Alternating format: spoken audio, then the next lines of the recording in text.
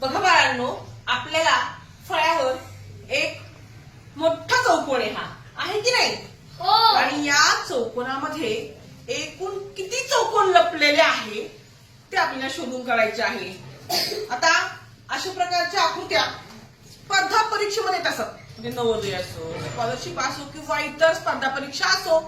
आता आपल्याला असं म्हणून जमणार आहे का रे 1 2 3 4 5 असं अंदाजे मोजून जमणार आहे का? नाही. तर आपल्याला जेव्हा अशी आकृती येते आणि सांगितलं जातं की किती चौकोन आहे ते शोधा, तेव्हा असं एका ट्रिकनं सोडवायचं असतं. कसं? ट्रिकनं. मग कशी ट्रिक आहे ते बघा. अगोदर नंबर द्यायचे 1 2 3 4. काय केलं मी? अगोदर नंबर दिले. आता आडवे नंबर दिले. आता उभे द्यायचे 1 2 3. आता नंबर दिल्यावर पुढची क्रिया काय करायची? उभ्या नंबरची बेरीज करायची 1 2 3 ची. बघा 1 अधिक 2 3 3 आणि 3 6. किती बेरीज आली यांची? 6.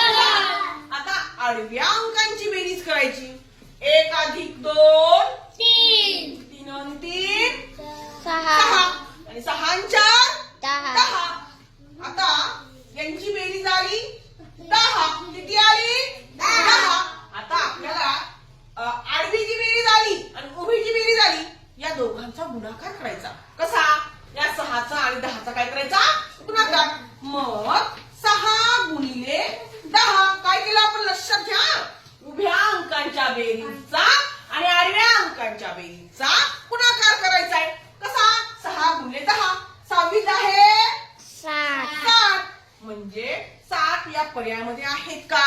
पर्याय क्रमांक 1. म्हणजे या मोठ्या चौकोनामध्ये एकूण 60 चौकोन लपलेले आहेत. परीक्षेमध्ये असे अंदाजे न बसता या ट्रिकद्वारे असे चौकोन मोजून काढायचे, शोधून काढायचे. समजलं बाळा?